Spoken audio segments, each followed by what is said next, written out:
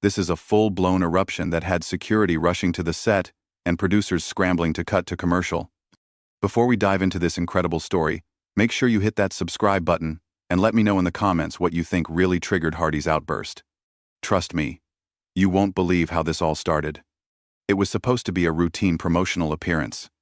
Tom Hardy was scheduled for a standard 10-minute segment on The View to discuss his latest film project, nothing more than the usual Hollywood publicity circuit that actors navigate dozens of times throughout their careers.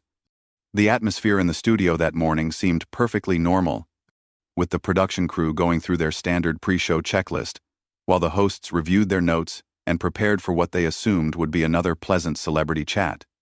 Joy Behar, known for her sharp wit and ability to ask probing questions, had done her homework on Hardy's career and recent projects. She'd prepared what she considered to be thoughtful questions about his acting process, his upcoming roles, and his thoughts on the current state of the film industry. What she hadn't prepared for was the version of Tom Hardy who walked onto that set that day. From the moment Hardy entered the studio, something felt off. Makeup artists and production assistants who had worked with countless celebrities over the years later described an unusual tension radiating from the actor. He wasn't engaging in the typical small talk that guests usually share with crew members, and his responses to basic questions about comfort and preparation were clipped and dismissive. "Tom, welcome to The View," Joy Behar said with her characteristic warm smile as the cameras began rolling. "We're so excited to have you here today to talk about your new film." Hardy's response was immediate and surprising. "Are we really going to pretend this is about the film, Joy? Because I've seen your show, and I know exactly what this is about." The other hosts exchanged glances, clearly caught off guard by Hardy's confrontational tone right from the opening moment. Behar, however, maintained her composure and tried to steer the conversation back to safer ground. "Well, of course we want to hear about your new project," she replied. "But our viewers are always interested in getting to know the person behind the performances. That's what makes for engaging television." "Engaging television?" Hardy repeated, his voice dripping with disdain. "Is that what you call it when you ambush guests with personal questions they never agreed to discuss? When you dig into their private lives for ratings?" End of quote. Quote. Behar's expression shifted slightly, but she remained professional. "Tom, I'm not sure what you're referring to. We haven't asked you any personal questions yet. We literally just welcomed you to the show." "Don't play dumb with me," Hardy shot back, leaning forward in his chair with an intensity that made the studio audience visibly uncomfortable. "I know you've been researching my personal life, my relationships, my family. That's not what I'm here for, and I won't sit here and be your entertainment." The tension in the studio was palpable now. Camera operators adjusted their positions, sensing that this interview was taking an unexpected turn. The other View hosts, Whoopi Goldberg among them, looked uncertain about whether to jump in or let Behar handle the increasingly volatile situation. "Tom, I genuinely don't know what research you're talking about," Behar said, her voice remaining steady despite the growing awkwardness. "Our producers sent your publicist a standard list of topics we might cover. Nothing unusual, nothing invasive. Just the kind of conversation we have with all our guests." Hardy's laugh was harsh and bitter. "Standard topics? Right. Tell me, Joy. What's standard about asking an actor about his rehab stint from 15 years ago? What's standard about bringing up custody battles that were sealed by the court?" Behar looked genuinely confused now, and she glanced toward the producers off camera before responding. "Tom, those topics aren't on our list. I don't know where you're getting this information, but we had no intention of discussing anything like that." "Liar," Hardy said flatly, his voice cutting through the studio like a knife. "You people are all the same. You smile and pretend to be supportive, but all you want is dirt. All you want is drama. Well, congratulations, Joy. You're getting your drama today." The atmosphere had shifted completely now. What started as a standard morning show interview had become something entirely different. The studio audience, initially excited to see a major movie star, now sat in uncomfortable silence, witnessing what appeared to be a complete breakdown happening in real time. Behar took a deep breath, clearly trying to salvage the situation. "Tom, I think there might be some miscommunication here. Why don't we take a step back and talk about what you actually came here to discuss?" Tell us about your new film, the character you're playing. What drew you to the project?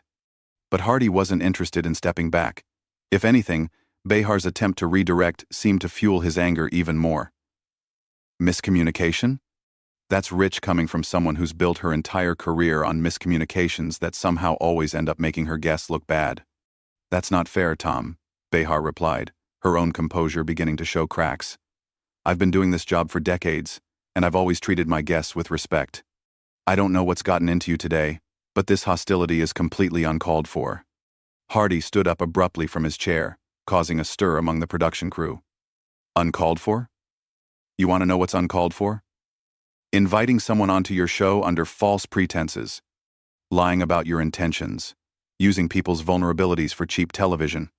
Sit down, Tom, Behar said firmly, her patience finally beginning to wear thin. You're making a scene over absolutely nothing. We invited you here in good faith to promote your work, and you're turning it into some kind of conspiracy theory. Good faith? Hardy's voice rose significantly, echoing through the studio. There's nothing good about what you do here, Joy. You tear people down for entertainment. You exploit personal struggles for ratings. You're everything that's wrong with this industry, and I'm sick of pretending otherwise. The other hosts were clearly struggling with whether to intervene. This had gone far beyond the typical celebrity interview hiccup, and was venturing into territory that none of them had experience navigating. The studio audience was completely silent now, watching this confrontation unfold with a mixture of fascination and discomfort. Behar's response marked a turning point in the exchange. Her professional demeanor finally cracked, and her own frustration became evident. You know what, Tom? I've had enough of this. You came on my show, you're acting like a complete lunatic, and you're accusing me of things I never did. Either sit down and have a normal conversation, or get off my set. The words hung in the air like a challenge, and everyone in the studio sensed that Hardy's response would determine where this confrontation went next. Hardy's eyes flashed with something dangerous at Behar's ultimatum. Instead of backing down or walking away, he took a step closer to the interview table, his imposing physical presence suddenly feeling much more threatening in the intimate studio setting. Get off your set? Hardy's voice was low and menacing now, a stark contrast to his earlier shouting. This isn't your set, Joy. This is a platform that you've been given, and you've abused it for years. Someone needs to call you out on your behavior, and apparently that someone is me. Whoopi Goldberg finally decided to intervene, her voice cutting through the tension. Tom, I think we all need to take a breath here. Whatever issues you think you have with Joy, this isn't the way to handle them. You're on live television, there are people in our audience, and you're being incredibly disrespectful. Hardy turned his attention to Goldberg, and his expression grew even more contemptuous. Disrespectful? You want to talk about disrespect, Whoopi? How about the disrespect you show to your guests every single day? How about the way you gang up on people who don't share your opinions? How about the way you use this platform to push your agenda while pretending to be objective? That's completely out of line, Goldberg responded firmly. We have guests from all different backgrounds and viewpoints on this show. We treat everyone fairly, and we certainly don't deserve to be attacked by someone who's clearly having some kind of breakdown. The word breakdown seemed to trigger something even deeper in Hardy. His face contorted with rage, and he slammed his hand down on the interview table with such force that the coffee mugs and water glasses jumped, spilling their contents across the surface. Breakdown? He roared. You think this is a breakdown? This is me finally telling the truth about what you people really are. You're parasites, feeding off other people's pain and calling it entertainment. Behar had recovered from her initial shock and was now matching Hardy's intensity. You know what, Tom? I've interviewed thousands of people over my career, and I've never encountered someone as rude, as unprofessional, and as completely unhinged as you're being right now. Whatever personal demons you're dealing with, don't bring them onto my show. Personal demons? Hardy laughed, but there was no humor in it. My personal demons are my business, Joy. But your professional demons, those are everyone's business. The way you twist people's words, the way you take things out of context, the way you destroy reputations for sport. Another host, Sarah Haynes, tried to de-escalate the situation. Tom, I think there might be some confusion here. Maybe we could start over, take a different approach to this conversation. Hardy whipped around to face her, his movements sharp and aggressive. Start over? There's no starting over from this, Sarah. This is who I really am. And this is who all of you really are. The masks are off now. The only mask that's off is yours, Behar shot back. And what's underneath is pretty ugly. You're showing your true colors, and they're not very attractive. At least I have true colors, Hardy retorted. At least I'm not hiding behind some fake television personality, pretending to care about people while I'm actually exploiting them. The studio audience was becoming increasingly uncomfortable. Some people were looking toward the exits, others were pulling out their phones to record what was happening, sensing that they were witnessing something unprecedented in daytime television history. Behar stood up from her chair now, matching Hardy's aggressive posture. You want to talk about exploitation, Tom? What about the way you're exploiting this platform right now? What about the way you're using our show to have some kind of public meltdown? You think you're making some grand statement, but all you're doing is embarrassing yourself. Embarrassing myself? Hardy's voice reached a new level of intensity. The only thing embarrassing here is the fact that you people have been getting away with your behavior for so long. Someone should have called you out years ago. Called us out for what exactly? Goldberg interjected. For doing our jobs? For asking questions? For having conversations with our guests? What exactly is your problem with what we do here? Hardy's response was swift and vicious. Your problem is that you think you're journalists. But you're not. You're gossips. You're tabloid hosts masquerading as legitimate television personalities. You destroy people's lives and call it news. The accusation clearly stung, and Behar's response was immediate and fierce. That is absolutely not true, and you know it. We've done important interviews, we've covered serious topics, we've given platforms to people who needed to be heard. Just because you're having some kind of crisis doesn't give you the right to attack our integrity. Integrity? Hardy practically spat the word. You wouldn't know integrity if it hit you in the face. You've made your career by being controversial, by stirring up drama, by making people uncomfortable. Well, congratulations, Joy, because you've finally met someone who's not going to play your game. The tension in the studio was reaching a breaking point. Production assistants were hovering near the cameras, clearly receiving instructions from producers about whether to cut the feed. Security personnel had moved closer to the set, though they seemed unsure about when or if they should intervene. Behar's next words would prove to be the final straw. You know what, Tom? I've heard enough. You came onto our show acting like a complete maniac. You've insulted me and my colleagues, and you've disrupted our entire program. I don't know what your problem is, but it's not our responsibility to deal with your issues. Hardy's face went completely red, and for a moment, it seemed like he might actually become physically aggressive. Instead, he channeled all his rage into his voice, which became louder and more threatening than anyone in the studio had ever heard. My issues?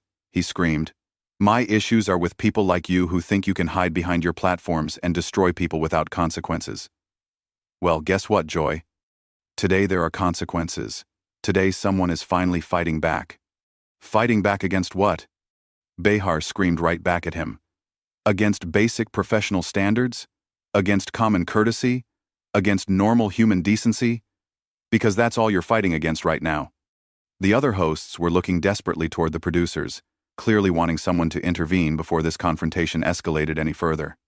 The studio audience was completely silent now, some people covering their children's ears as the shouting match continued.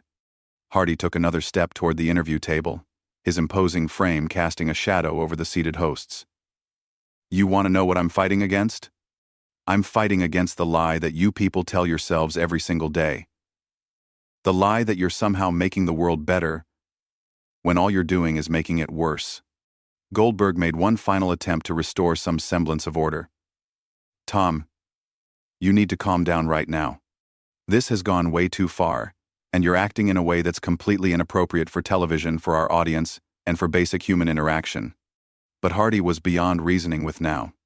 His next words would push the confrontation into territory that no one in the studio was prepared for, setting up the explosive finale that would make this interview legendary for all the wrong reasons. Hardy's response to Goldberg was delivered with a cold, calculated malice that sent chills through everyone present. Inappropriate for television? Whoopee. Everything about this show is inappropriate. The way you ambush guests, the way you manipulate conversations, the way you profit from human misery. I'm just giving you a taste of your own medicine. That's it, Behar declared, standing up and pointing directly at Hardy. Security, get him out of here. I'm done with this lunatic and his conspiracy theories. He's clearly having some kind of mental health crisis, and we're not equipped to deal with it. The mention of mental health seemed to flip a final switch in Hardy's already volatile state. His voice dropped to a dangerous whisper that somehow felt more threatening than all his previous shouting. Mental health crisis?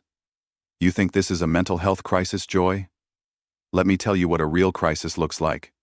Hardy began moving around the set with an erratic energy that made everyone nervous. A real crisis is when someone like you destroys a person's reputation with lies and half-truths. A real crisis is when families get torn apart because of the garbage that gets spread on shows like this. A real crisis is when careers get ruined because hosts like you decide to play judge and jury. Tom, you need to leave right now, Sarah Haynes said firmly, though her voice was shaking. You're scaring people, you're being completely unreasonable, and this has nothing to do with anything we've actually done. Hardy whirled on her with startling speed. Nothing to do with what you've done? Sarah, you sit there every day nodding along while Joy tears people apart. You're complicit in everything that happens on this show. You all are. Security personnel were now moving onto the set, but Hardy seemed oblivious to their presence. He was completely consumed by his rage, gesticulating wildly as he continued his rant. You want to know what's really inappropriate? Hardy continued, his voice rising again. What's inappropriate is giving people like you a platform to spread poison every single day. What's inappropriate is calling yourselves journalists when you're nothing but gossip merchants. Behar had clearly reached her limit. Get him out of here now, she shouted to security. I don't care what his problem is. I don't care what he thinks we've done wrong. I want him off my set immediately. As security approached, Hardy's demeanor shifted again, becoming almost predatory. Your set? Your set, Joy? This isn't your set. This is ABC's set, and last time I checked, ABC answers to Disney, and Disney answers to shareholders. And shareholders don't like hosts who can't control their guests. The threat was thinly veiled but unmistakable, and it had the desired effect. Behar's face went pale. And for the first time since the confrontation began, she seemed genuinely unsettled. Are you threatening me? She asked, her voice much quieter now. Hardy's smile was cold and predatory. I'm not threatening anyone, Joy. I'm just stating facts. Facts about how the television industry works, facts about how quickly things can change, facts about how careers can end. Goldberg stood up abruptly, her own anger finally surfacing. Okay, that's enough. You don't get to come onto our show and threaten our jobs. You don't get to attack our integrity and then imply that you're going to use your Hollywood connections to hurt us professionally. Hollywood connections? Hardy laughed, but it was a harsh, unpleasant sound. Whoopee! I don't need Hollywood connections to hurt you professionally. You're doing that all by yourselves every single day. I'm just pointing it out. The security team was now directly behind Hardy, but they seemed hesitant to physically intervene with such a high-profile guest. The situation was unprecedented, and everyone was unsure about the proper protocol. Behar found her voice again, and when she spoke, it was with a fury that matched Hardy's own. You know what, Tom? You're absolutely right about one thing. This confrontation is going to end careers, but it's not going to end mine. When this footage hits the internet, when people see how you've behaved today, your reputation is going to be destroyed. My reputation? Hardy's laugh was genuinely amused now. Joy. My reputation is built on playing unstable characters. If anything, this is just method acting taken to its logical conclusion. But your reputation is built on being a professional television host. And professional television hosts don't lose control of their shows. The observation hit its mark, and Behar's face flushed with anger and embarrassment. I haven't lost control of anything. You're the one who came in here acting like a madman. You're the one who turned a simple interview into a circus. A circus? Hardy seized on the word with glee. That's perfect, Joy, because that's exactly what this show is, a circus. And you're the ringmaster, cracking your whip at the performers, making them dance for the crowd's entertainment. Sarah Haynes made one last desperate attempt to salvage the situation. Tom, whatever issues you have with daytime television, whatever problems you think exist in the industry, this isn't the way to address them. You're accomplishing nothing except making yourself look bad. Hardy turned to face her with an expression of mock sympathy. Sarah, I appreciate that you're trying to be the voice of reason here, but you're missing the point entirely. I'm not trying to accomplish anything except showing people what you really are when the cameras are rolling and someone doesn't play by your rules. The cameras are always rolling, Goldberg pointed out. That's the whole point of live television. Everything you're doing right now is being broadcast to millions of people. Exactly, Hardy said with satisfaction. Millions of people are seeing what happens when someone finally stands up to the bullies of daytime television. Millions of people are witnessing what you're really like when you can't control the narrative. Behar's final response was delivered with icy precision. What millions of people are witnessing, Tom, is a successful actor having a complete breakdown on live television. They're seeing someone destroy his own career for no apparent reason. They're watching a man embarrass himself, his family, and everyone associated with him. The words seemed to hit Hardy harder than anything else that had been said during the entire confrontation. For a moment, his mask of controlled rage slipped, and something more vulnerable showed through. But the moment passed quickly, and Hardy's response was swift and vicious. At least I have the courage to show who I really am, Joy. At least I'm not hiding behind some fake persona, pretending to be America's sweetheart while I'm actually a vindictive, manipulative user. That's it, Behar said flatly. Security, remove him. Now. I don't care if you have to drag him out. I want him gone. As the security team finally moved to escort Hardy from the set, he delivered his parting shot with theatrical flair. This isn't over, Joy. This is just the beginning. You've made an enemy today, and I'm not the kind of enemy you want to have. The threat hung in the air as Hardy was led away, leaving the hosts, the studio audience, and millions of viewers at home stunned by what they had just witnessed. The silence that followed was deafening, broken only by the sound of Hardy's footsteps echoing through the studio as he was escorted toward the exit. Behar sat back down heavily in her chair, visibly shaken by the encounter. The other hosts looked equally rattled, unsure how to proceed with the remainder of their show after such an explosive confrontation. What started as a routine celebrity interview had become something entirely different, a raw display of anger and hostility that would be talked about for years to come. The footage would be replayed countless times, analyzed by media experts, and discussed in industry circles as an example of what can happen when the carefully constructed facade of television professionalism completely breaks down. And that's the incredible story of how Tom Hardy completely lost control during what should have been a simple